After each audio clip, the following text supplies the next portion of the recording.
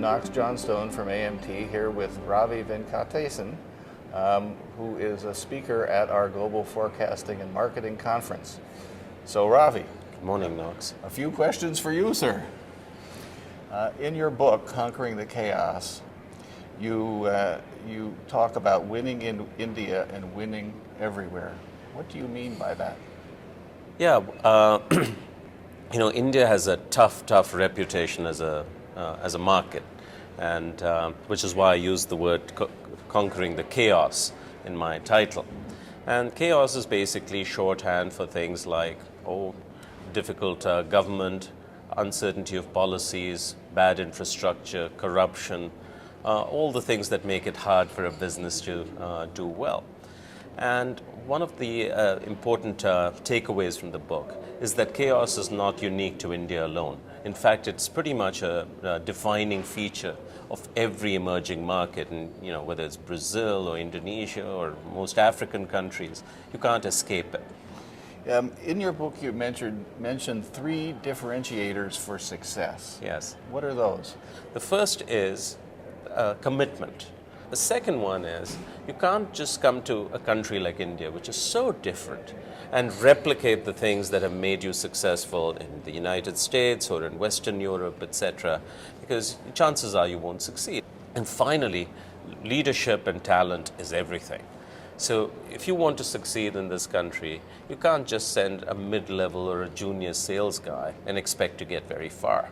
What you need is to have someone who's truly very entrepreneurial and who can smell and taste the opportunities out there and figure out how to build a business around it. What can small or medium-sized companies do, which really describes most of our members? What do they need to do to be successful in India? It's a great question. I think step one is, if you're a small or mid-sized firm, chances are it's a family-run business, and there is we have a lot of those. Yeah, and so you tend to have a very strong owner come CEO in charge of things.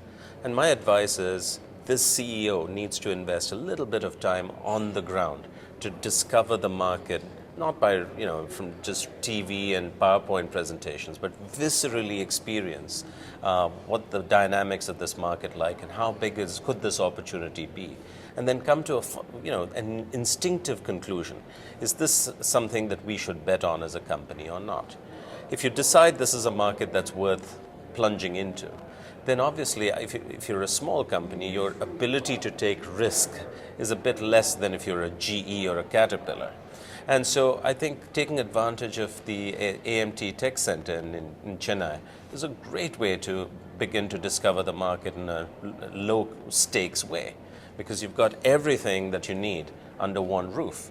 And so I'd say it's about as much of a no-brainer as I can think of in terms of beginning to explore the market.